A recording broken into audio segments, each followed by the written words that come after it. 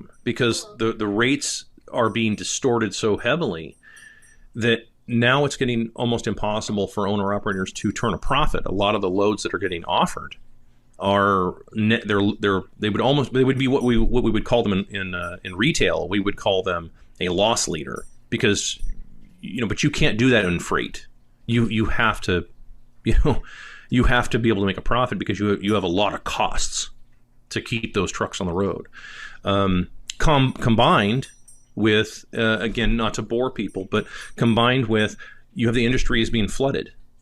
There is no shortage of truck drivers. There has never been a shortage of truck drivers. Back 10 years ago, there was 12 years ago, there was this big thing like, oh my God, we were short 80,000 drivers. Oh my God, what are we going to all do? There was never a shortage. There's never a shortage of 80,000 drivers. There's been tons of guys. What there was a shortage of was a shortage of guys who were willing to work for $6 an hour.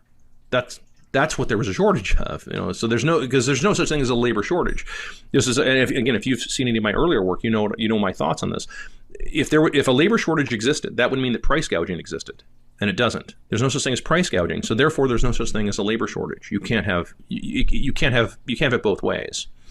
And so, to that end, as far as what I think is happening in the industry, I think the industry, we'll see how this plays out. But I think there's going to be more carnage on the road, and I think there's going to be progressively larger and larger insurance claims, and endless lawsuits as a result of just putting anybody behind the wheel of these trucks and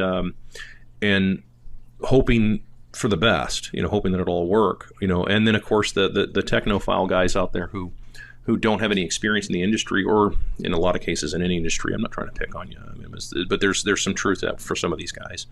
They're saying, well, no, the self-driving trucks, like that's a fantasy, dude. That's a fantasy. That guy went to jail.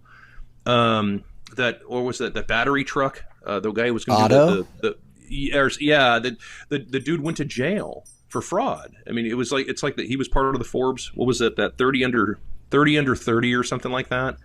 That's a good list to basically find who the next big fraud is going to be of SBF. It really almost Elizabeth is. Holmes, this guy.